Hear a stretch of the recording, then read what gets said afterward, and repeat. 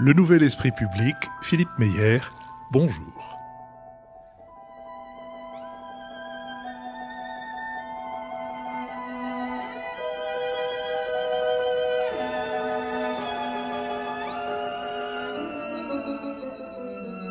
Bonjour, merci de nous avoir rejoints pour ce nouveau Nouvel Esprit Public, enregistré en public à l'école alsacienne.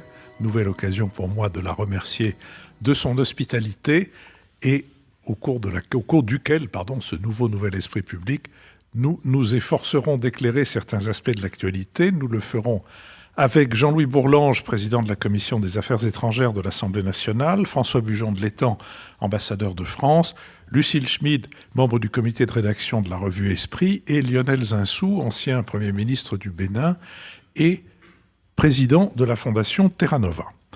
Nous sommes partenaires de l'hebdomadaire Le 1, dont le dernier numéro a pour titre « Comment négocier avec Poutine ».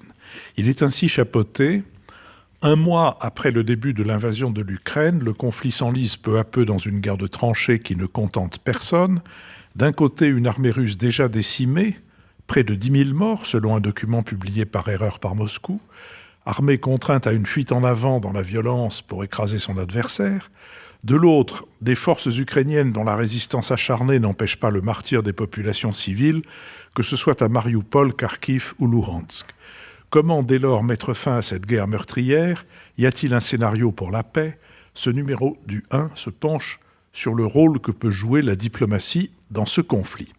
Dans le cadre de nos BADA, si c'est pour la culture on a déjà donné, nous avons mis en ligne mercredi dernier l'enregistrement de nos échanges avec Thierry Cazot, président de la Société des Amis du Musée de la Vie romantique et cofondateur de la Société pour l'étude du patrimoine et de l'histoire du 9e arrondissement. En effet, après et au cours de notre série de BADA avec Alexandre Gady, il y a quelques semaines, votre attention, l'attention de beaucoup d'entre vous, la curiosité de beaucoup d'entre vous a été attirée sur cet arrondissement manifestement inconnu et dont Alexandre Gady avait suggéré, et même quelquefois montré, qu'il contenait un certain nombre de pépites. Et donc, c'est cette histoire du 9e arrondissement et la manière dont cette histoire et son évolution témoignent de l'histoire et de l'évolution de Paris depuis 1830 qu'il est question avec Thierry Cazot. Le 27 avril, c'est-à-dire au lendemain du second tour de l'élection présidentielle, notre tentative d'éclairer certains aspects de l'actualité sera enregistrée en public en Suisse à la fondation Jan Michalski, que je remercie vivement de nous accueillir. 1/5 de nos auditeurs vit hors de nos frontières, et si le plus gros contingent d'entre eux est installé aux États-Unis, ce sont bien sûr dans les pays totalement ou partiellement francophones que se trouve le gros des fidèles du Nouvel Esprit Public. À propos de fidèles, il s'ouvre jusqu'au 15 mai une nouvelle période pendant laquelle vos contributions à notre fonctionnement seront déduites de l'impôt. Ces contributions sont décisives à la poursuite de notre podcast et je ne vous cache pas que leur caractère décisif se fait de plus en plus sentir. Quant aux inscriptions pour notre émission en public du mois de mai, qui, comme vous le savez, ne sera pas à l'école alsacienne puisque le théâtre est mobilisé par les répétitions et les représentations des élèves, les inscriptions pour notre émission de mai, elles ne sont pas encore ouvertes, mais vous en serez informés à la fois par la voix de notre podcast et aussi par notre lettre d'information. Je vous propose que nous nous intéressions au regard divergent sur la crise ukrainienne, regard divergent dans le monde sur cette crise. À Bruxelles, le 24 mars, le triple sommet OTAN, G7 et Union européenne, en présence de Joe Biden, a rassuré sur l'engagement états-unien de défendre l'Europe face aux appétits russes. Le nombre de soldats américains déployés sur le continent est passé de 80 000 à 100 000 en 2 mois, se rapprochant du niveau de 1997, quand les États-Unis et leurs alliés entamaient le processus d'élargissement de l'Alliance à l'Est. Cette guerre a provoqué un réveil de l'Union européenne et réveillé l'OTAN, a constaté vendredi le ministre français de l'Europe et des Affaires étrangères, Jean-Yves Le Drian. Un réveil qui n'est pas pour plaire à la Chine et à la Russie, qui se retrouvent dans la même aversion pour l'OTAN et l'Occident en général, tout comme de nombreux dirigeants latino-américains qui blâment l'Occident pour la guerre en Ukraine, en Inde ou l'Inde et l'Afrique.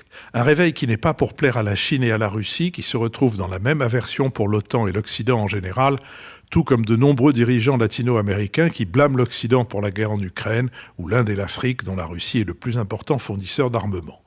Pour Pékin, qui ne cesse de rappeler que les préoccupations légitimes de sécurité de tous les pays doivent être prises en compte, l'origine de la crise ukrainienne se trouve dans les avancées effectuées ces dernières années par l'OTAN jusqu'au seuil de la Russie. Mercredi, le chef de la diplomatie chinoise, après un entretien avec son homologue russe, a déclaré que la Chine et la Russie sont plus résolus à développer des relations bilatérales et renforcer leur coopération. Selon Moscou, les deux hommes ont condamné les sanctions illégales et contre-productives imposées à la Russie par les États-Unis et leurs satellites depuis le 24 février. La relation politique et économique avec Pékin s'est considérablement renforcée depuis l'invasion russe de la Crimée en 2014 et de précédentes sanctions contre le régime poutinien. L'Inde, prise en étau entre son principal fournisseur de matériel militaire, la Russie, et ses partenaires occidentaux, défend sa position diplomatique et l'achat de pétrole russe. Malgré les pressions de l'Occident, New Delhi n'a jusque-là jamais condamné explicitement l'agression russe. Pour désamorcer le conflit, le gouvernement de Narendra Modi, qui s'est déjà entretenu avec les présidents Poutine et Zelensky, préconise, je cite, la voie du dialogue et de la diplomatie. Dans les pays pauvres, en raison du blocage de productions agricoles en Ukraine et Russie, la guerre pourrait provoquer un ouragan de famine et un effondrement du système alimentaire mondial, a mis en garde le secrétaire général de l'ONU, Antonio Guterres. Les régions les plus concernées seraient l'Asie-Pacifique, l'Afrique subsaharienne, le Proche-Orient et l'Afrique du Nord, selon la FAO, l'Organisation des Nations Unies pour l'alimentation et l'agriculture.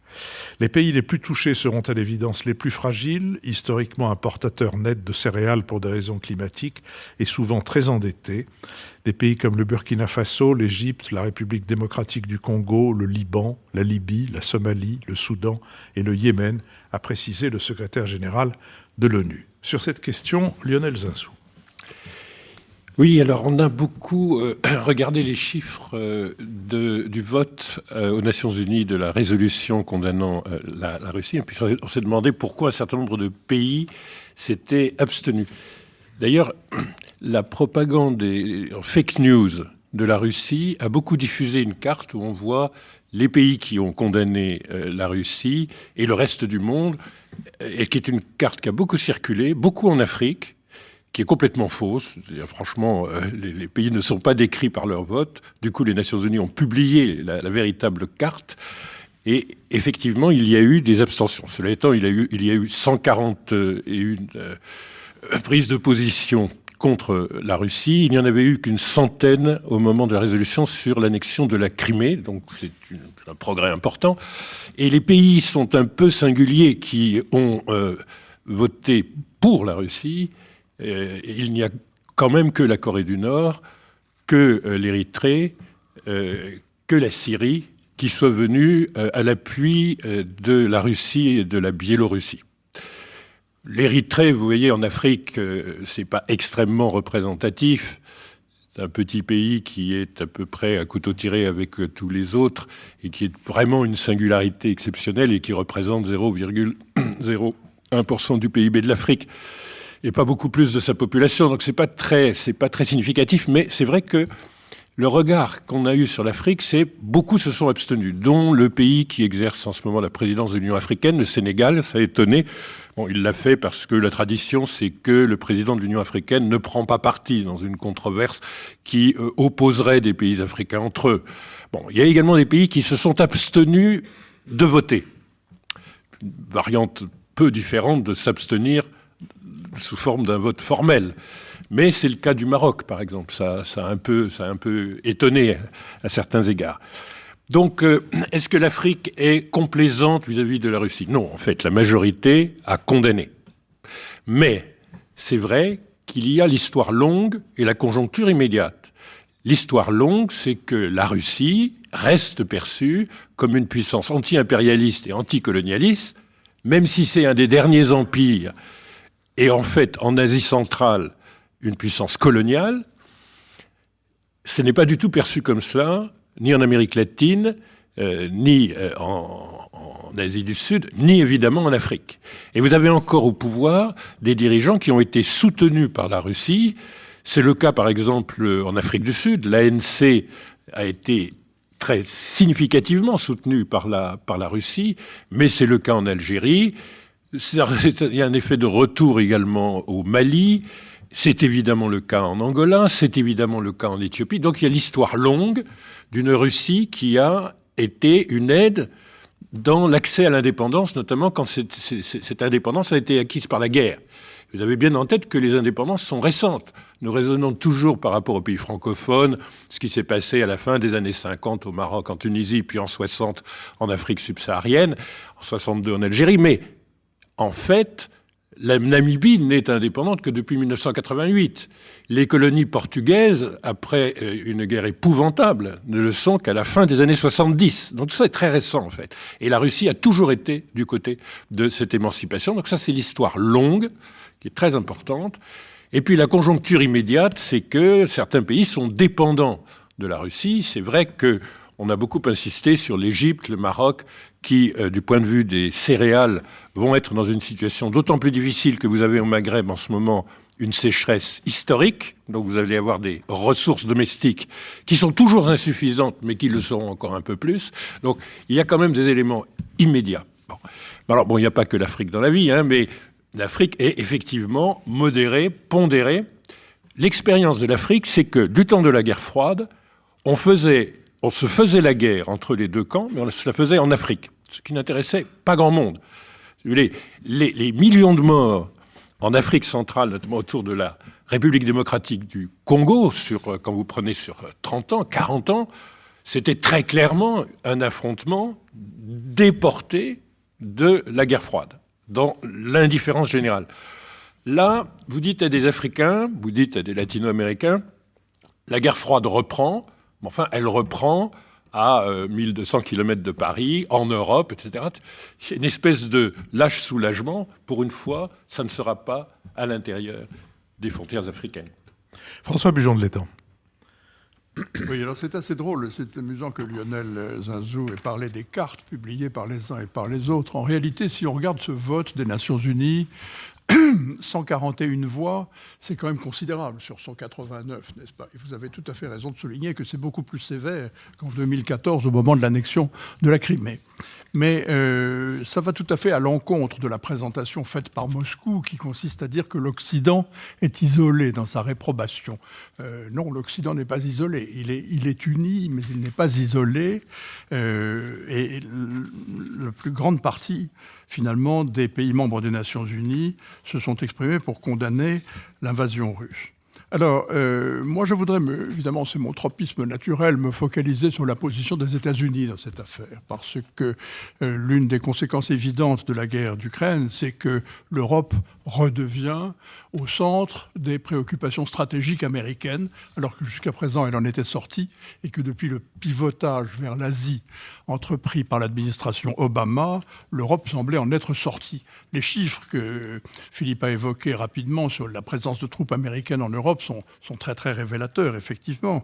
Il y avait au moment de l'effondrement de l'Union soviétique en 1991, 305 000 soldats américains en Europe, dont 224 000 en Allemagne.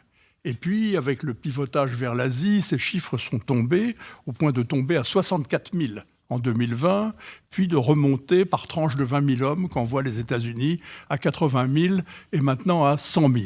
C'est un signe, je trouve, c'est une espèce de thermomètre de la présence américaine qui est tout à fait intéressant. L'Europe était sortie des préoccupations américaines avec l'administration Obama, qui avait choisi ce pivotage, et tout le monde a encore en mémoire la dernière visite du président Obama en Europe, avant la fin de son second mandat, dans lequel il avait pratiquement remis l'Europe entre les mains de Mme Merkel pour lui demander d'en assurer le leadership et de veiller sur elle. Et puis il s'était tourné vers autre chose. Pendant l'administration Trump, on avait franchi un cran de plus. L'Europe avait été qualifiée d'ennemi par M. Trump, qui avait une approche commerciale de la relation, qui trouvait qu'il y avait trop de Mercedes aux États-Unis et pas assez de votes de crédit militaire dans l'ensemble des membres européens de l'OTAN, par exemple. Et on frémit en pensant qu'après tout, la guerre d'Ukraine aurait pu arriver avec M. Trump au pouvoir. Que se serait-il passé? Mais surtout, il avait jeté complètement le discrédit sur la crédibilité de la protection américaine envers l'OTAN et de l'usage de l'article 5 en cas d'agression. Et puis qu'avec l'Ukraine, bien entendu, on retrouve un ton beaucoup plus traditionnel, qui est celui de l'administration Biden. « America is back », disait Joe Biden au moment où il a été réélu, et sa réaffirmation des valeurs de l'Alliance, l'engagement très clair qu'il prend de protéger l'Alliance, sa présence à Varsovie, à Bruxelles la semaine dernière, le renvoi de troupes américaines en Europe, tout ceci montre que le réengagement américain est fort. Il y a une forte réaffirmation de l'appui américain, qui est renforcé d'ailleurs par 3 éléments. D'abord par la volonté des pays de l'Union européenne de faire eux-mêmes un effort de réarmement, et c'est quand même quelque chose de très très significatif. Regardez le cas de l'Allemagne, mais aussi par les offres américaines, bien entendu, de vendre des armements à l'Europe. Il ne faut pas oublier que l'effort renouvelé de l'Allemagne va se traduire par l'achat accru par celle-ci d'armes américaines. Et puis les offres aussi de fourniture de gaz qui montrent bien qu'on passe également au domaine économique. Alors, est-ce que tout ceci est durable? Est-ce que c'est sérieux? Est-ce que c'est solide? Il faut se poser la question. Il faut d'abord bien réaliser que la Chine demeure, Ukraine ou pas, la priorité stratégique numéro 1 des États-Unis. Il n'y a aucun doute là-dessus. Et ce sera réaffirmé semaine après semaine par l'administration américaine, puisqu'il y a une obnubilation très très forte aux États-Unis sur la concurrence de la Chine. L'Europe, au mieux, sera un second front et une seconde préoccupation stratégique, ce qui d'ailleurs amènera probablement les États-Unis à réviser leur concept stratégique qui, pour l'instant, parle de la concentration sur le front Asie-Pacifique. Et ensuite, il faut bien évaluer le facteur Biden, ce que j'appelle le facteur personnel Biden. Biden est le président des États-Unis le plus âgé de l'histoire. Il projette souvent une impression de faiblesse. Il dit parfois des sottises ou des horreurs, comme par exemple le fait qu'il a dit, juste avant l'invasion des États-Unis, que personne n'était prêt à mourir pour l'Ukraine et que les États-Unis n'enverraient pas un soldat en Europe, ou lorsqu'il qualifie, enfin je m'abstiendrai de les répéter, lorsqu'il insulte le président Poutine, ce qui est une façon d'insulter l'avenir, parce qu'il faudra bien un jour se retrouver et parler. En tout cas, Biden est un personnage que nous connaissons bien maintenant. Moi, je l'ai particulièrement connu et beaucoup pratiqué quand il était sénateur, membre de la Commission des Affaires étrangères du Sénat. Il a d'ailleurs fini, au moment de la fin de mon mandat, comme président de la Commission des Affaires étrangères du Sénat. Je l'ai beaucoup vu, je l'ai beaucoup connu. Je n'ai jamais considéré que c'était un prix Nobel en puissance. Je dois dire que sa propension à dire ce qu'il ne faut pas au moment où il ne faut pas le dire est quand même très très forte. Mais surtout, c'est un président de transition. Il l'a dit lui-même, ça aussi. Il a dit qu'il ne ferait qu'un seul mandat. Les élections midterms arrivent au mois de novembre prochain. Les démocrates vont sans doute perdre la majorité qu'ils avaient à la Chambre des représentants et au Sénat. Les républicains vont la reconquérir. Et M. Trump cache mal son impatience de se représenter en 2024. Donc il faut voir que ce réengagement américain, il est circonstanciel et je ne sais pas ce qu'il en adviendra dans la durée. Il reste que l'OTAN a retrouvé sa raison d'être, c'est-à-dire celle d'être une alliance défensive contre l'impérialisme ou le révisionnisme russe, et que le retour des États-Unis en Europe se fera aussi beaucoup par le biais de la vente d'armement, comme je l'ai dit, et par le biais de la politique énergétique. À ma grande surprise, je dois rectifier, en tout cas contredire un propos de François Bujon de l'Étang. On ne finit pas comme président d'une commission des affaires étrangères. C'est un commencement. Absolument. Lucille Schmitt. Ça marche plus. Merci Philippe. Moi je voulais revenir sur ce que disait Lionel par rapport au vote de la résolution à l'ONU et insister peut-être sur le fait que et l'Inde et la Chine se sont abstenus et que ça représente 2,5 milliards d'habitants et que cette question des puissances qui s'abstiennent, la question de l'Afrique est essentielle, évidemment, en termes d'incertitude par rapport au développement, sur la question de la famine. La directrice générale du FMI a d'ailleurs dit « la guerre en Ukraine, c'est la fin en Afrique ». Mais il faut aussi s'intéresser à cette question de la Chine et de l'Inde. Et peut-être rappeler une chose, c'est que de manière assez déterminée, depuis l'arrivée de Xi Jinping en 2013, le rapprochement avec la Russie s'est organisé, y compris à travers une proximité de ces deux dictateurs. Je voulais rappeler cette scène assez incroyable de 2019 où ils fêtent l'anniversaire de Xi Jinping ensemble et où Poutine lui offre des bâtonnets glacés parce que Xi Jinping adore ça et où Poutine rappelle régulièrement que Xi Jinping est le seul homme d'État dont il souhaite l'anniversaire. Je voulais aussi rappeler une chose, c'est qu'au moment des Jeux Olympiques, début février 2022, le 4 février exactement, il y a donc un accord qui est signé entre ces deux grandes puissances avec des choses qui sont dites d'une manière extrêmement claire. C'est qu'il n'y a aucun domaine de coopération qui soit écarté de l'accord et qu'à l'époque, déjà, en février, certains évoquent une sorte de pacte Molotov-Ribbentrop, ce qui est trop dire sans doute, mais qu'en tout cas, le rapprochement de ces deux dictatures est quelque chose qui devait nous alerter avant même le déclenchement des hostilités. Après, les choses sont évidemment plus compliquées à long terme. À l'évidence, Xi Jinping avait pensé que la guerre serait rapide. À l'évidence, il avait sans doute crédité Poutine d'une puissance militaire et il avait sous-estimé la résistance ukrainienne. Et lorsqu'il s'agit d'imaginer à moyen terme comment cette alliance, peut-on d'ailleurs l'appeler alliance, comment en tout cas cet accord qui a été signé début février peut aller dans le sens des intérêts chinois, la question mérite d'être posée puisque la Russie n'a absolument pas l'envergure économique de la Chine lorsqu'il s'agit d'être un acteur économique et financier mondial puissant et qu'aujourd'hui, le PIB de la Russie est de 10% celui de la Chine.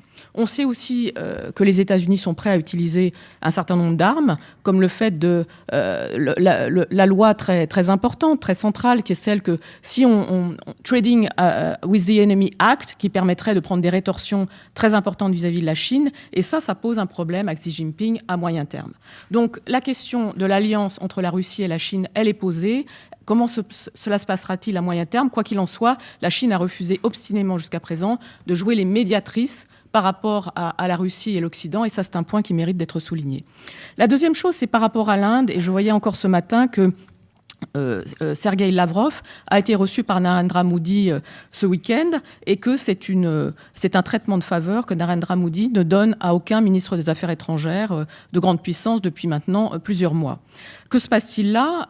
D'abord, les Indiens dénoncent l'hypocrisie occidentale en disant que s'ils achètent effectivement du pétrole et du gaz à la Russie, c'est qu'ils en ont besoin. Ils dépendent complètement du monde extérieur sur les hydrocarbures, à peu près à 80%, et qu'ils font remarquer que nous continuons à acheter du gaz et du pétrole russe et qu'ils ne voient pas pourquoi ils s'aligneraient sur nos positions.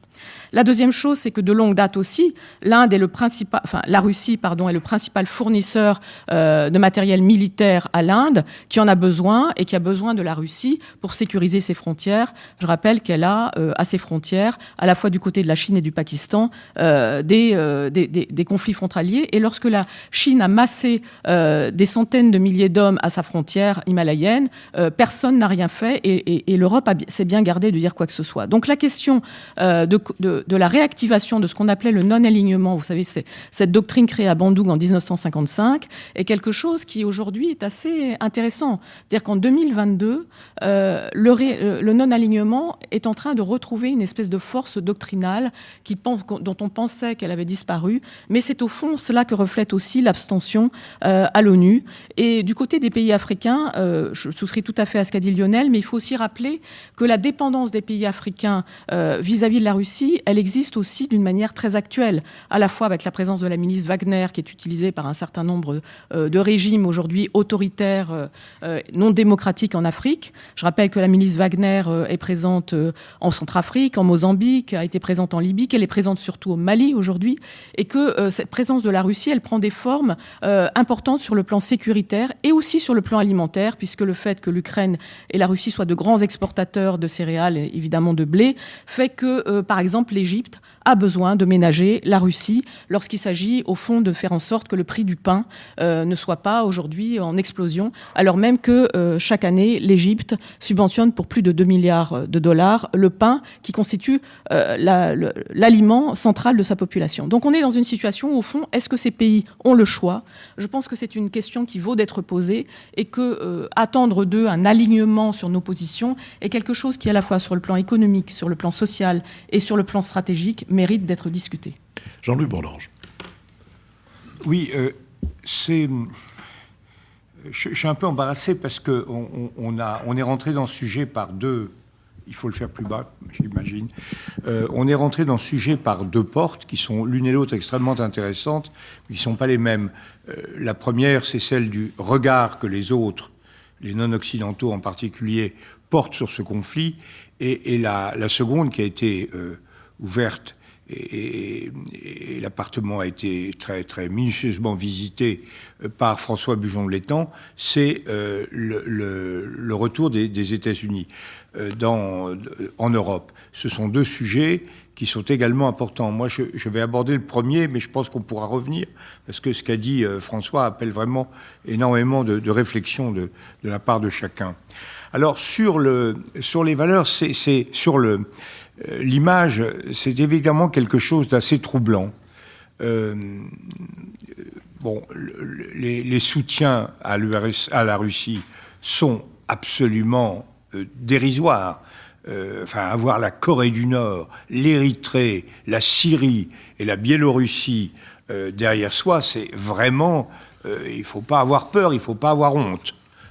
Donc c'est vraiment quelque chose qui devrait nous conforter dans la certitude d'avoir raison. Comme me disait Raymond Barre, il est facile, la certitude d'avoir raison est aisée à démontrer.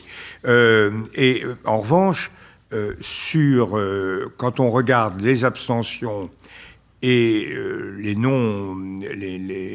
fait de ne pas prendre part au vote, comme par exemple le Maroc, là, on est quand même saisi de quelque chose d'un peu inquiétant et auquel il faut réfléchir. Et je crois qu'on a quand même trois phénomènes que nous devons traiter qui sont différents de nature.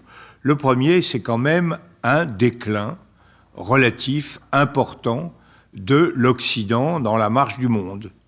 Que ce soit la contribution au PNB, que ce soit le contrôle politique d'un certain nombre d'États, que ce soit même la situation, évidemment la décolonisation, mais le recul aussi du néocolonialisme, tout ça montre une emprise beaucoup plus faible des pays européens et même des États-Unis sur le reste du monde. C'est une tendance très forte, très profonde.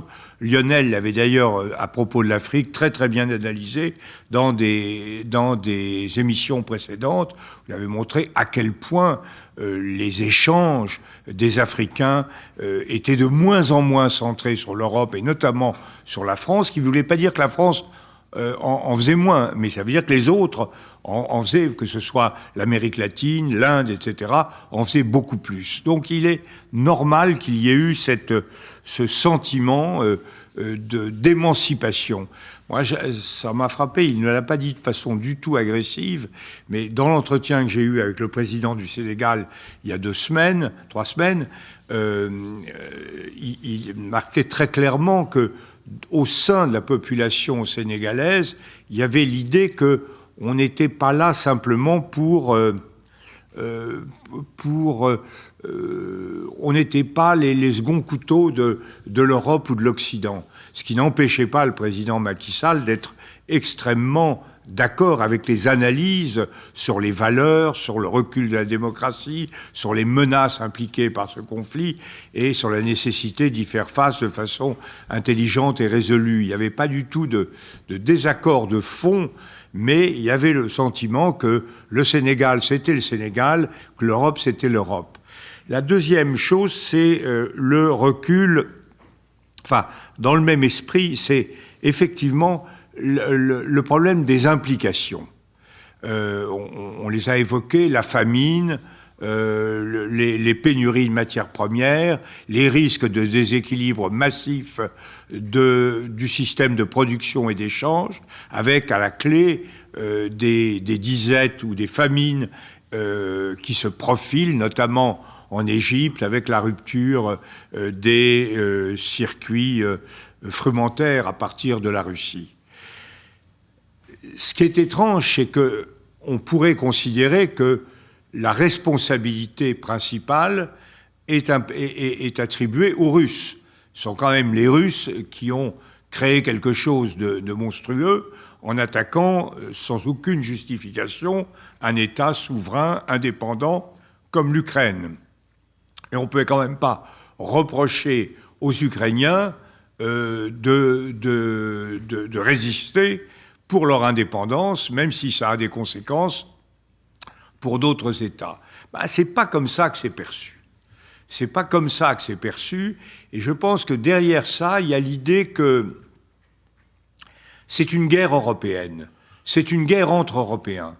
Et que c'est donc globalement, et de ce point de vue-là, c'est pas simplement que la Russie est présente en Afrique, vous l'avez très bien dit, mais c'est que là, elle est considérée comme un État européen comme nous, comme les autres. C'est une guerre entre Européens, ce qui justifie évidemment beaucoup plus l'abstention ou la prise ou la non-participation au vote qu'un vote négatif, parce qu'on n'arbitre pas pour la Russie. On dit simplement, c'est une guerre, c'est votre guerre, et c'est nos conséquences, c'est nous qui allons supporter les conséquences de ça. C'est un peu comme en Espagne au moment de la guerre d'Irak, où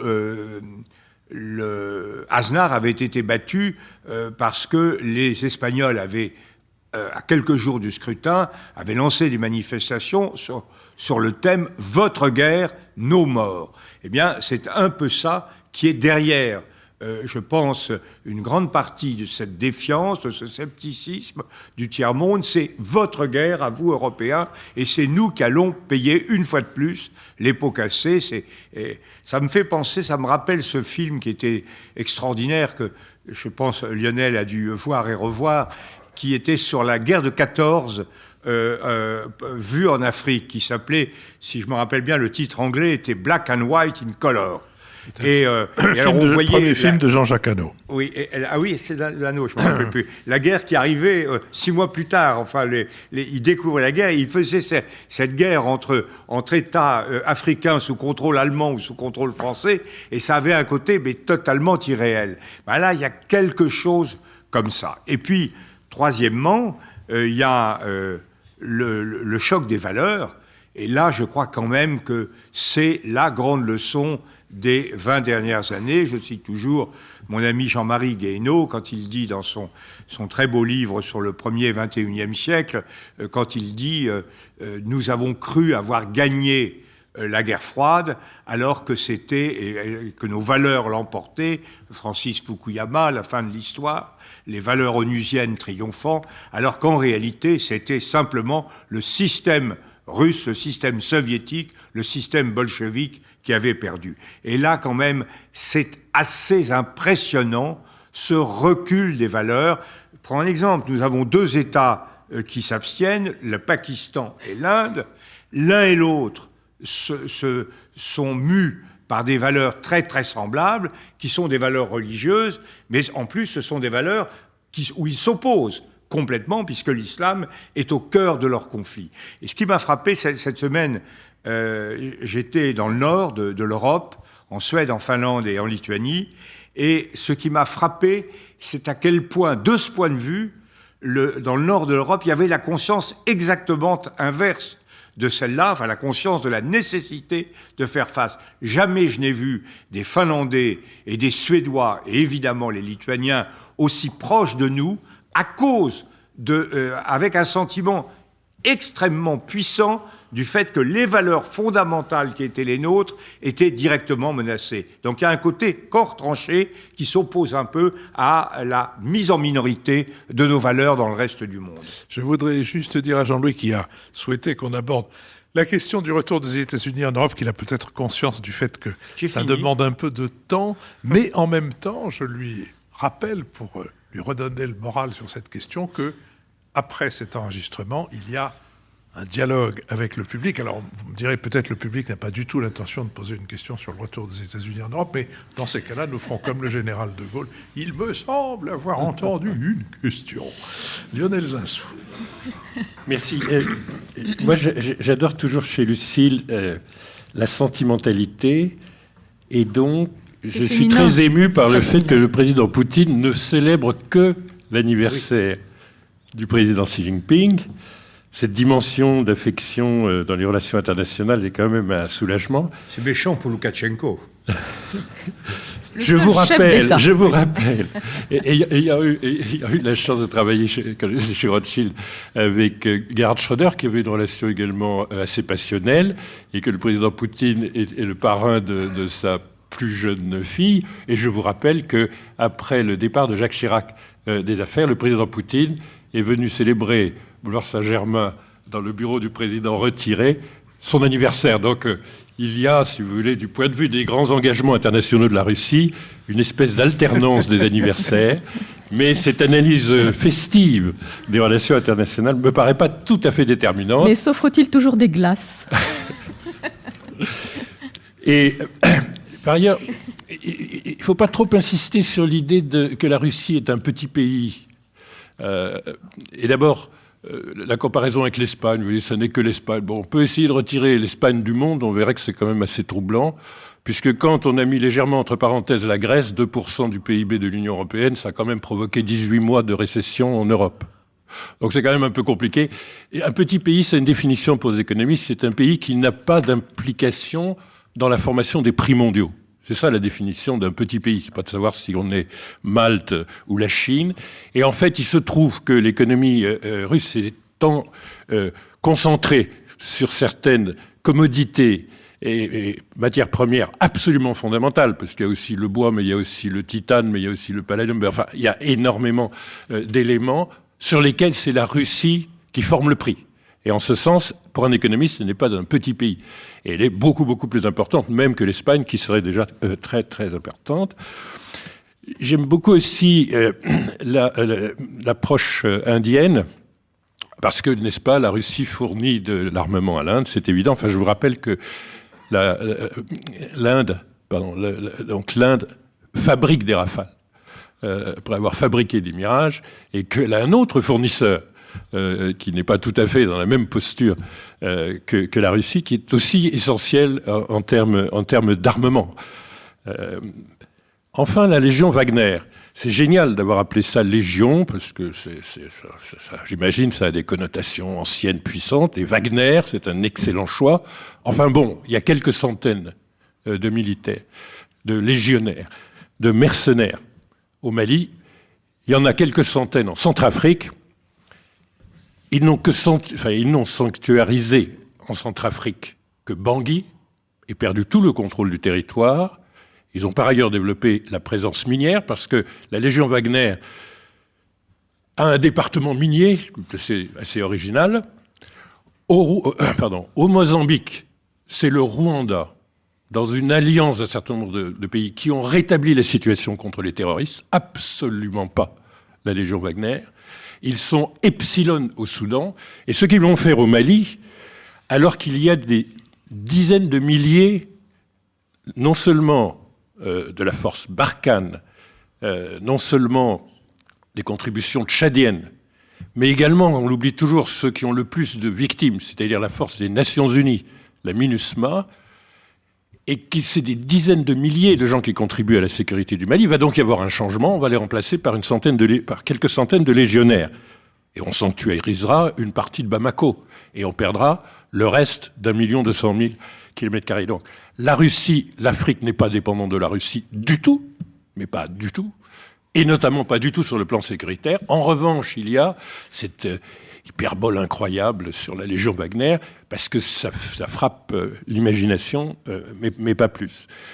Bon, je voudrais juste aussi, dans le dialogue avec Jean-Louis, dire que je comprends et j'approuve absolument tout ce qu'il a dit sur les raisons, effectivement, de déclin relatif de l'Occident en Afrique, qui est très, très perceptible, et pas qu'en Afrique.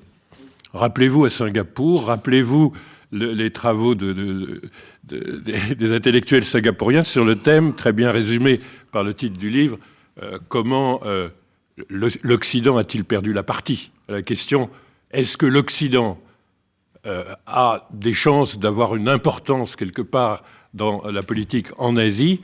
La réponse documentée en 250 pages, c'est non. Voilà, c'est joué. Donc c'est pas qu'en Afrique, c'est en Amérique latine, c'est en Asie, d'un bout à l'autre de l'Asie. Mais je voudrais quand même, juste très brièvement, tournant vers l'avenir, dire que ce qui est intéressant dans le regard des pays non occidentaux, c'est qu'aujourd'hui, ils sont des facteurs de paix importants.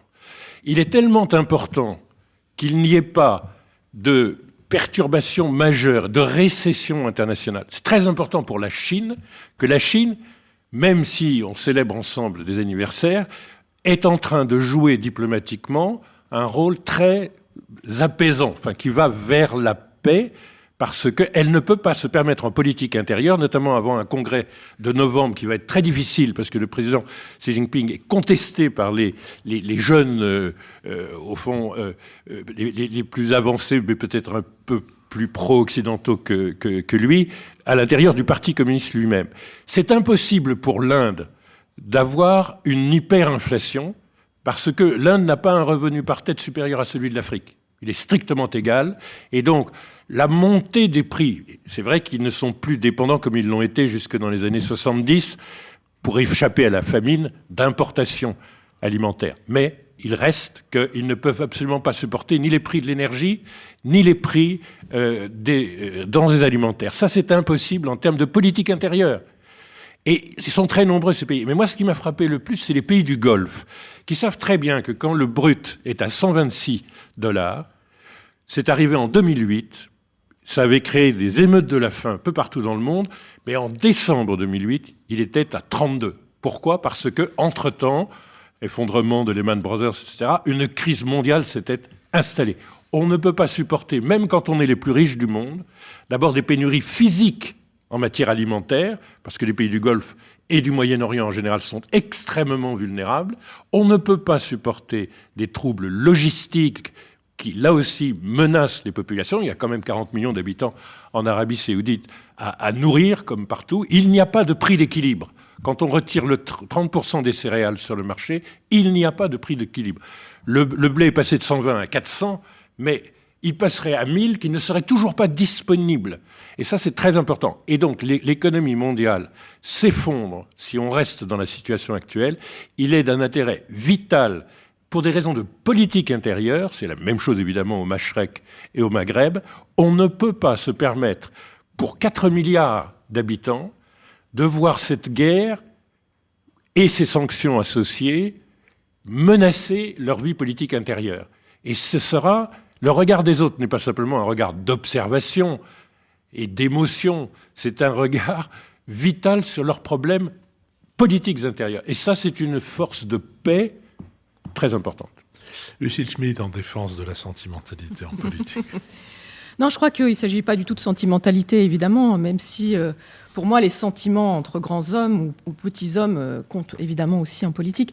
Mais en tout cas, l'accord du 4 février 2022 à Pékin, c'est pas de la sentimentalité, et c'est un accord qui prévoit de la coopération en tout domaine, donc dans le domaine militaire comme ailleurs, dans le domaine économique comme ailleurs. Et ce qui est très intéressant, en fait, c'est que ce qu'a fait Poutine, on l'a dit d'ailleurs dans l'émission du Nouvel Esprit Public, depuis 2014, c'est d'une manière résolue de construire une alliance avec la Chine qui lui permette de sortir d'une trop grande dépendance vis-à-vis de l'Europe.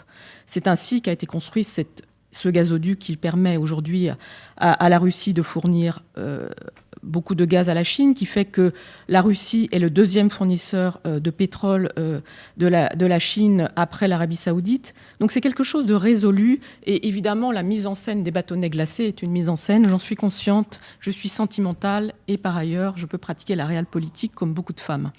Je vais dire autre chose, c'est que par rapport à la question africaine, il me semble que ce qui est très important, c'est évidemment la multipolarité. C'est-à-dire qu'on peut être à la fois dans une situation où on dépend de l'Union européenne. Je rappelle que l'Union européenne commerce avec l'Afrique pour environ 220 milliards de dollars, tandis que pour la Russie, c'est de l'ordre de 20 milliards de dollars. Et comme l'a dit Lionel, il a tout à fait raison, c'est pour des raisons stratégiques, et parce qu'il s'agit de matières premières stratégiques, comme le blé, comme les céréales de manière générale, que ça ne signifie pas que la Russie soit un petit pays. Mais ça signifie aussi que l'Union européenne ne sait pas construire sa stratégie d'influence, et en ce sens, nous sommes renvoyés à nos propres limites. Comment est-ce que nous pouvons prendre en sorte la temporalité, le fait que tout soit multifactoriel? Je voyais que Julien Denormandie, notre ministre de l'Agriculture, a dit aujourd'hui une guerre du blé va se jouer.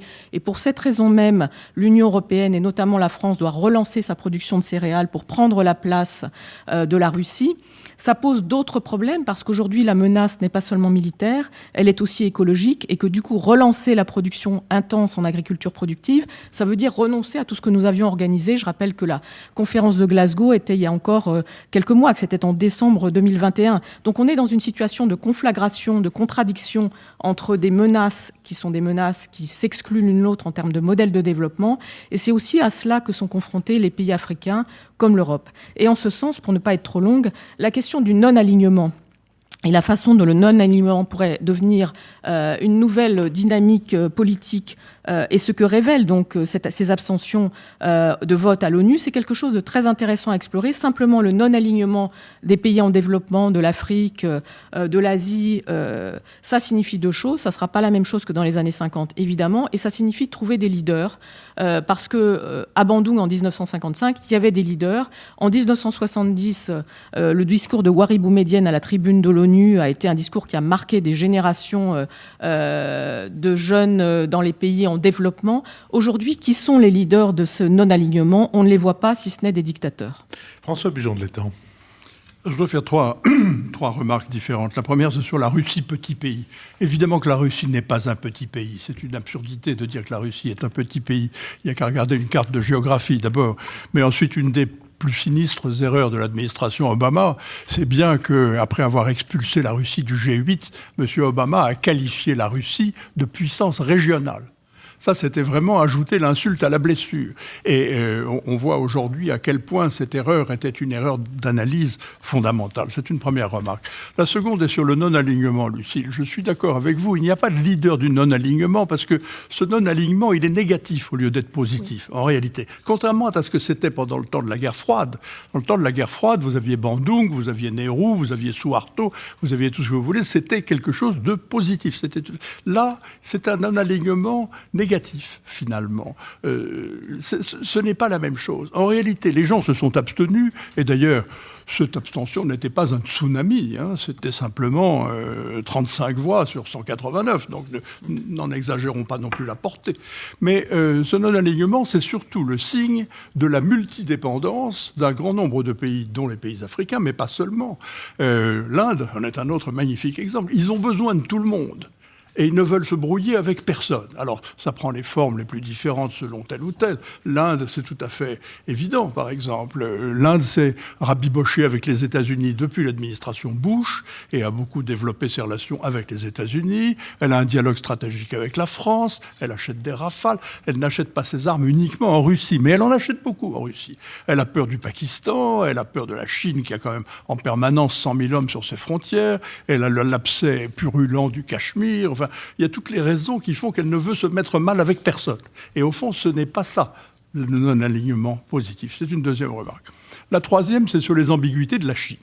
Parce que offrir des bâtonnets glacés, je reconnais, c'est quelque chose de très, très attentionné. Et la déclaration d'ailleurs du 4 février, dont vous avez parlé à Pékin, va très très loin, puisqu'elle parle d'une amitié absolument intangible, et qu'elle dit qu'aucun domaine n'est exclu dans la coopération entre les deux pays. Donc ça va très très loin. Mais enfin, après tout, la Chine aurait pu apposer son veto à côté de la Russie. Elle ne l'a pas fait. Elle s'est abstenue au Conseil de sécurité. Et elle a recommencé ensuite. Bon. Après ça, elle a multiplié. Regardez les déclarations de M. Wang Yi, par exemple, le ministre des Affaires étrangères chinois. Il fait de longues déclarations d'amour à destination de la Russie et de Moscou. Mais il y a toujours une phrase à la fin, en conclusion, c'est que la Chine est pour le respect de la souveraineté internationale et l'intangibilité des frontières. Attendez, on ne va pas les plaisanter, parce que sinon vous allez me parler du Tibet, ou sinon vous allez me parler du Ouïghour. Donc la Chine, elle embrasse la Russie, mais elle se tient à l'écart. Et elle ne veut pas se mélanger. Bien sûr, Taïwan, c'est le territoire de la Chine. Oui, donc ce n'est pas une question internationale. Bien sûr, c'est ça. C'est la même idée. C'est ça qui est merveilleux dans l'attitude chinoise. Bon, mais la Chine est très ambiguë en réalité. La Chine a une petite partie seulement de son commerce international avec la Russie, 2,5%, si je me souviens bien, de ces échanges, pas grand-chose. Elle a un commerce important avec l'Ukraine, d'ailleurs, dont elle importe également beaucoup de blé et de céréales. Elle tient à le conserver. Elle a une position qui lui permettrait, si elle le souhaitait, d'essayer une médiation. Peut-être le fera-t-elle, mais ce n'est pas dans les traditions diplomatiques chinoises. En tout cas, elle se tient à distance et l'alliance intangible et l'amour éternel entre la Russie et la Chine, il faut bien voir aussi, si vous regardez en réel politique, que la Russie ne peut pas ne pas s'apercevoir un jour après Poutine, je ne sais pas quand, mais qu'elle n'est qu'un junior partner dans cette alliance avec la Chine, que ce n'est pas une position digne d'un grand pays comme la Russie, et qu'il va lui falloir, tôt ou tard, diversifier ses amitiés. Jean-Louis Bourlange. Oui, elle est junior par la puissance et senior par l'âge. Ah oui, ça oui. Ce qui est une Par la double démographie, faiblesse, bien sûr. oui, sur les rapports entre la Chine et la Russie, je crois quand même que cette affaire consacre effectivement la contradiction profonde des Russes, de Poutine plus exactement.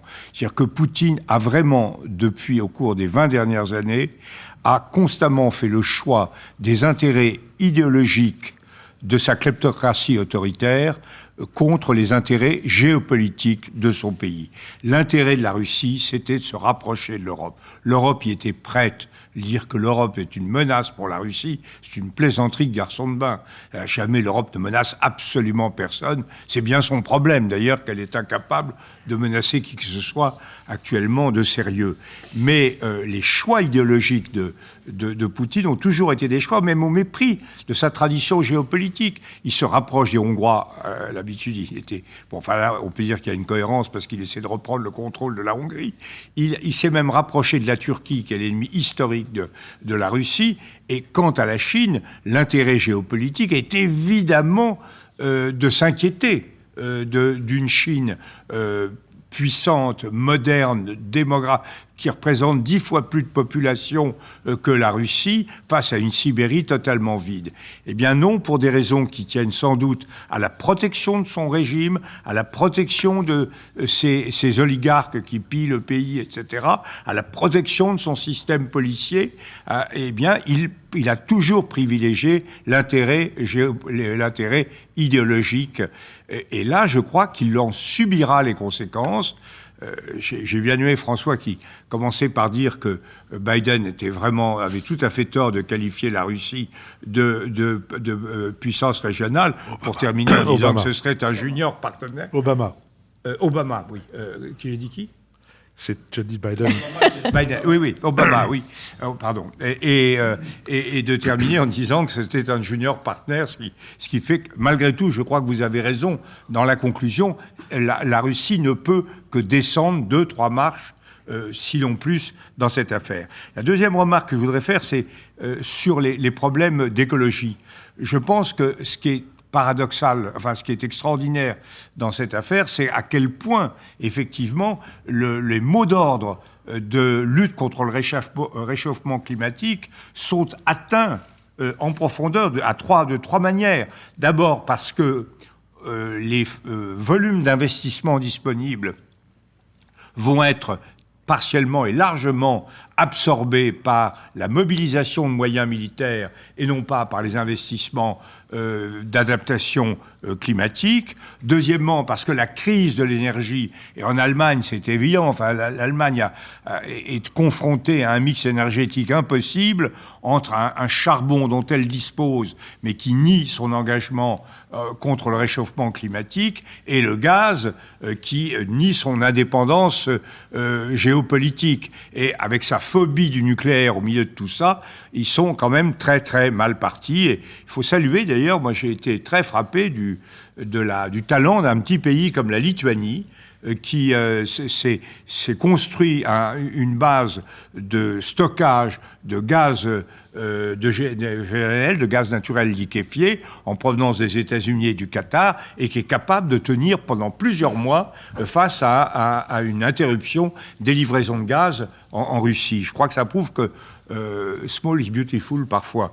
Et la troisième atteinte, c'est le modèle, c'est effectivement la citation de Julien de Normandie, qui est à mon avis un bon ministre de l'Agriculture. Je le dis pas, j'ose pas le dire parce qu'on est en période électorale, mais je trouve que c'est un bon ministre à titre individuel. Je lui donnerais bien une médaille en chocolat de bon ministre. Eh bien, des bâtonnets glacés peut-être. Il a effectivement, on va vers un modèle de culture intensive, et là aussi ça contredit. Donc on est vraiment... Alors le paradoxe, c'est qu'il n'y a que c'est les Européens qui s'en soucient. On est les autres, alors, ceux dont nous parlons tout à l'heure, qui nous critiquent, etc., au moins au niveau des chancelleries et de l'apparence, ils s'en foutent complètement. Tout le monde s'en fout, comme disait Jacques Chirac, quand il était de bonne humeur. Et donc, on en était là. Alors, sur la question, je ne sais pas si on a le temps d'aborder, mais c'est vraiment... on peut l'aborder plus tard, mais c'est vraiment très important. Le problème de ce que nous pose, je voulais en complément de ce qu'a dit François, que j'approuve totalement sur le retour des États-Unis, je trouve comment se pose le problème pour nous. Et c'est pas évident. Il y a 4 problèmes très simples. D'abord, le problème du périmètre. Est-ce que l'OTAN doit servir... Est-ce qu'on peut donner juste les 2 premiers ? Oui. Mais il faut que je choisisse. Oui. C'est très dur. Non, mais la politique gouvernée, c'est chouette. Je vais le faire en une phrase chaque fois. Est-ce que les États-Unis... est-ce que l'OTAN a pour but de défendre l'espace euro-atlantique ou doit s'étendre à la Chine ? C'était pas du tout évident il y a quelques mois. La France a vraiment bataillé pour s'en tenir à une conception stricte du périmètre, et c'est très bien. Deuxièmement, la querelle de l'article 5. On a quand même eu des doutes. M. Trump a clairement laissé entendre que l'article 5 de solidarité en cas d'agression d'un membre de l'OTAN sur un membre de l'OTAN, la solidarité de tous les membres de l'OTAN, elle serait plus ou moins à géométrie variable. Et Biden n'a pas été entièrement clair sur ce point jusqu'à une déclaration récente, et celle-là, je crois, assez bienvenue. Vous en conviendrez, François. Troisièmement, la querelle des moyens. Alors là, là, les Américains ont raison, et Trump avait raison de dire « Qu'est-ce que c'est ? Vous êtes riches comme tout, vous êtes nombreux, vous êtes exposés, et vous êtes incapables de consentir les dépenses qui sont nécessaires à votre sécurité, et vous voulez que ce soit nous qui le fassions. » Là, les Allemands ont parfaitement réagi, le discours de Scholz, c'est très bien, mais quatrièmement, et c'est le problème insurmontable pour l'instant, qu'est-ce que c'est qu'une complémentarité, qu'une autonomie stratégique des Européens par rapport à l'OTAN? Ça suppose qu'il y ait un pilier européen et un pilier américain. Or, l'OTAN n'a pas été construite comme ça. L'OTAN, elle a été construite, ça a été très bien défini par Richard Holbrooke quand il disait « America as a European power ». Les États-Unis sont au cœur de la protection européenne, au cœur de la mission centrale de l'OTAN. Quand on parle de partage, on dit bah oui, vous ferez des trucs en Afrique, mais quand il s'agit de lutter contre la Russie, c'est bien ce que dit Biden qui compte. Et là, on est en face d'une terrible difficulté qui est évidemment la matière des discussions internes à l'OTAN, dont on verra ce qu'il en sortira au Conseil de Madrid à la fin du mois de juin prochain. La suite de notre conversation dans le Bada, qui va être enregistrée immédiatement après cette émission, est diffusée mercredi, car nous sommes arrivés à notre dernière séquence, la séquence des brèves, que j'introduirai par un sujet sans doute futile, qui est que depuis le 15 janvier dernier, la Comédie Française présente une version en 3 actes de Tartuffe, version qui, selon les travaux du professeur Forestier, serait celle qui a été interdite par Louis XIV. La mise en scène d'Ivo Vanhove m'a paru pesante, tape à l'œil et souvent idiote, et je n'en ai que plus admiré que les comédiens parviennent à forcer notre intérêt. Dans la version représentée sur la scène de la Comédie Française, la version en 3 actes, la pièce s'arrête sur la réponse de Tartuffe à Orgon qui veut le chasser de sa maison. « C'est à vous d'en sortir, dit Tartuffe, vous qui parlez en maître. » Il y a quelques jours, nous avons enregistré, pour une émission thématique qui sera diffusée plus tard, nous avons enregistré avec Georges Forestier une émission sur Molière. En présentant la version en 3 actes qu'il a élaborée, j'ai précisé qu'elle se terminait par le triomphe de Tartuffe que je viens d'évoquer. Et à ma grande surprise, j'ai vu Georges Forestier me faire derrière son micro de vigoureux signes de dénégation. Nous nous sommes donc arrêtés sur ce point et le professeur Forestier m'a indiqué que la version en 3 actes se terminait par la fameuse scène où Madame Pernelle refuse de croire ce que Orgon, son fils, lui dit avoir vu et lui oppose une dénégation obstinée et stupide.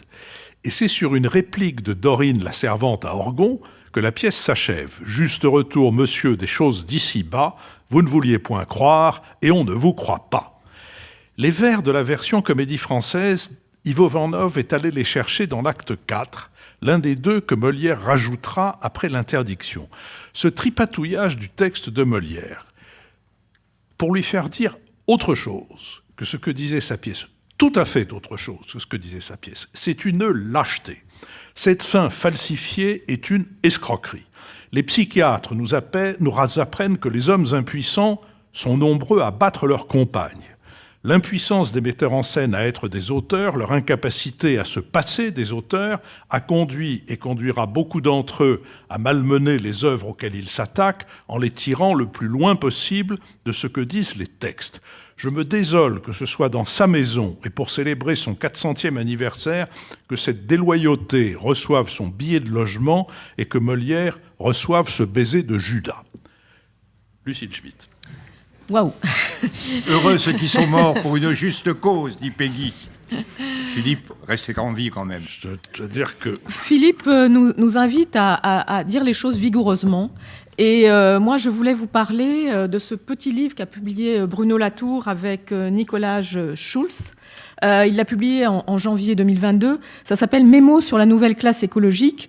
Et dans ce livre, vous trouverez tout le talent de Bruno Latour, évidemment épaulé par Nicolas Schulz, sur la façon dont on peut assembler les choses qui apparaissent contradictoires. Je prends une petite citation. Il dit par exemple que l'écologie doit être de gauche au carré, mais aussi assumer d'être réactionnaire. Je ne vous dévoile pas le mystère de ce rapprochement, mais en tout cas, c'est très intéressant sur l'idée de la fondation d'une nouvelle forme de conquête du pouvoir, auquel il invite tous ceux qui sont écologistes et sur lequel il constate avec désappointement que les choses ne sont pas encore en l'état. Je trouve que la guerre en Ukraine nous invite aussi, comme l'a rappelé Jean-Louis, à nous interroger sur le fait de ne pas remiser au placard des choses qui paraissaient et qui restent encore si urgentes et qui le resteront dans les années qui viennent. Lionel Zinsou. Alors moi, je voudrais vous inviter à un voyage chez Marcel Proust et considérer le livre de Jérôme Bastianelli qui s'appelle « Les années retrouvées de Marcel Proust ». C'est un enchantement et quelque chose de très original. C'est très original parce que c'est un roman, puisque ça évoque la vie que Proust n'a pas vécue, de 1922, où il est mort, le 18 novembre, à 1940, où il aurait pu vivre. Et ça raconte tout ce qu'il aurait pu vivre. En cela, c'est un roman, mais c'est en fait une extraordinaire biographie parce que ça permet de visiter tous les sentiments, toutes les émotions, tous les lieux, toutes les amitiés. Et en réalité, effectivement, ce roman biographie est une des façons les plus profondes d'analyser Marcel Proust. Et il se trouve que Jérôme, qui est le président de la Société des Amis de Marcel Proust, écrit naturellement dans le style de Proust. Donc c'est une façon d'avoir une petite addition de style de Proust, et c'est très amusant, l'utilisation en 100 ans plus tard du style de Proust. Je ne sais pas si c'est un pastiche involontaire ou très travaillé, mais enfin c'est un enchantement de style. Et Jérôme, c'est un polytechnicien, membre de la Cour des comptes, improbable critique musicale qui a écrit de magnifiques biographies aussi bien de Mendelssohn, de Bizet, etc. Et par ailleurs, donc, président de la Société des Amis de Marcel Proust et grand musicien lui-même. Peut-être vous avez aimé La vraie vie de Vinteuil, où il avait déjà fait un roman sur un personnage dont il faisait la biographie, sauf qu'il était lui-même un personnage de roman. Et donc, c'est extrêmement original et un délice littéraire. François Bujon de l'Étang. Je reviens au sujet de tout à l'heure, pratiquement, en vous recommandant de lire et en vous souhaitant d'en éprouver le même plaisir que celui que j'ai éprouvé, le petit essai de Ran Alevi, historien célèbre qui est directeur de recherche au CNRS, qui s'intitule « Le chaos de la démocratie américaine » et qui est publié par Gallimard dans la collection Le Débat.